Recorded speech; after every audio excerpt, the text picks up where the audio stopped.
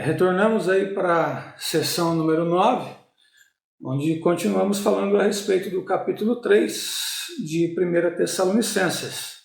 E nessa parte do texto, o apóstolo Paulo vai falar sobre como foi a missão de Timóteo, a missão bem-sucedida de Timóteo e as boas notícias que Timóteo trouxe para o apóstolo Paulo. E isso alegrou ele de uma maneira muito poderosa.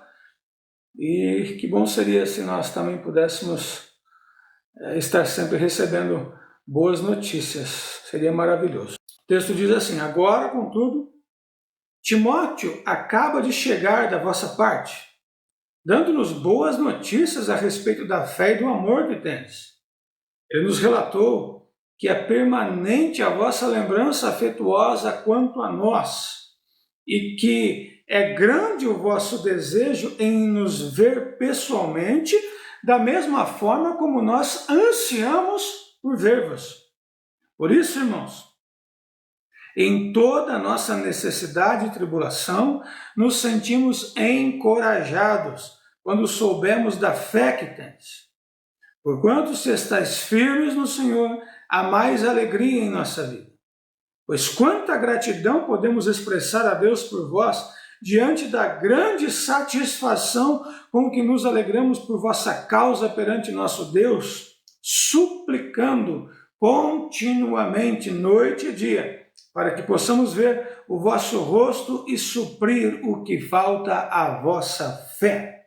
Timóteo, ele retorna de Tessalônica e entrega boas notícias para Paulo. O apóstolo Paulo, mais uma vez, não está se preocupando com valores temporais, como dinheiro, condição financeira, mas ele está se preocupando com valores espirituais, que são encontrados somente naqueles que creram no Evangelho.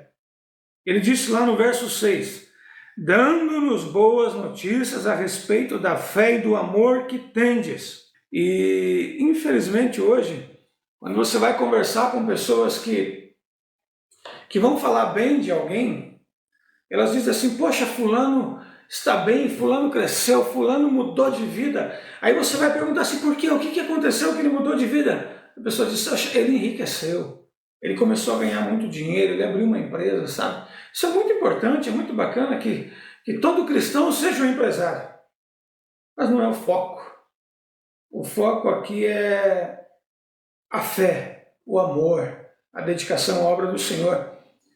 Raras vezes eu ouvi elogios a respeito de pessoas que eram pobres, mas fiéis. Raras vezes eu ouvi. E Paulo envia Timóteo, porque Timóteo era um discípulo amado e era uma pessoa de caráter inquestionável para Paulo. E o que ele relatou a Paulo foi o que de fato ele viu e experimentou no período em que esteve lá em Tessalônica com aqueles irmãos. Ele relatou que eles tinham fé, porque eles de fato tinham fé. Ele relatou que eles tinham amor, porque eles de fato demonstravam amor. E ele relatou que eles amavam a Paulo e também desejavam ver Paulo, porque de fato eles também amavam Paulo de verdade e desejavam ver Paulo de verdade.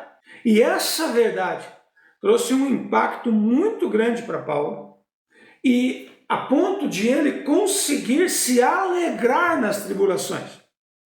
Olha o que ele diz no verso 7. Por isso, irmãos, em toda a nossa necessidade e tribulação, nos sentimos encorajados.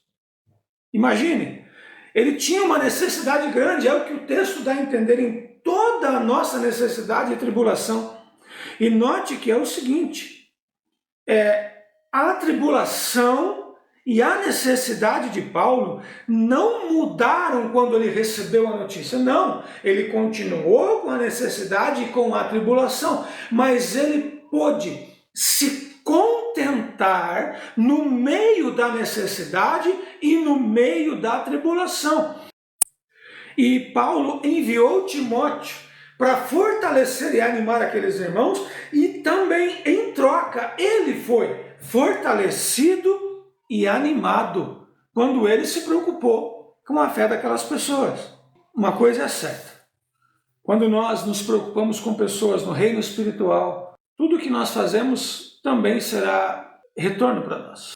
O apóstolo Paulo expressou gratidão a Deus, não ao seu trabalho, não à sua capacidade.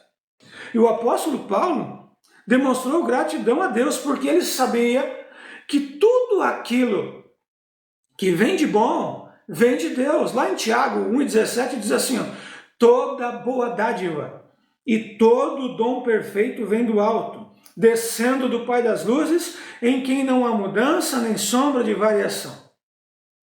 Então, Paulo, agora que recebeu essa notícia tão incrível a respeito da fé daqueles irmãos, ele expressa e dirige toda a sua gratidão a Deus, pois ele sabe que esse maravilhoso trabalho é fruto do seu esforço. O trabalho é fruto do seu esforço, mas o resultado é fruto da graça de Deus.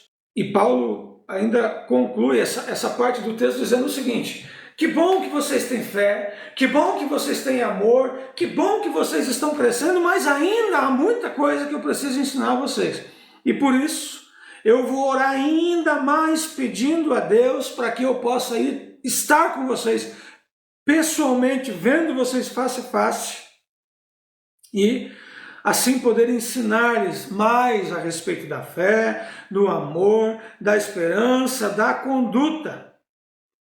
E esse é um dos motivos pelos quais as pessoas têm que aprender a ouvir seus pastores, aprender a nunca deixar de congregar, aprender a não deixar a reunião dos santos, porque além disso trazer muito conforto e alegria, pois é uma reunião de pessoas que amam e servem a Deus, é uma reunião, é um culto em que prestamos a Deus, mas é um culto em que Ele nos responde, revelando a sua palavra a nós, ao nosso coração, para que a nossa vida pessoal e a nossa vida espiritual venha a ter crescimento. Um grande abraço, Deus te abençoe.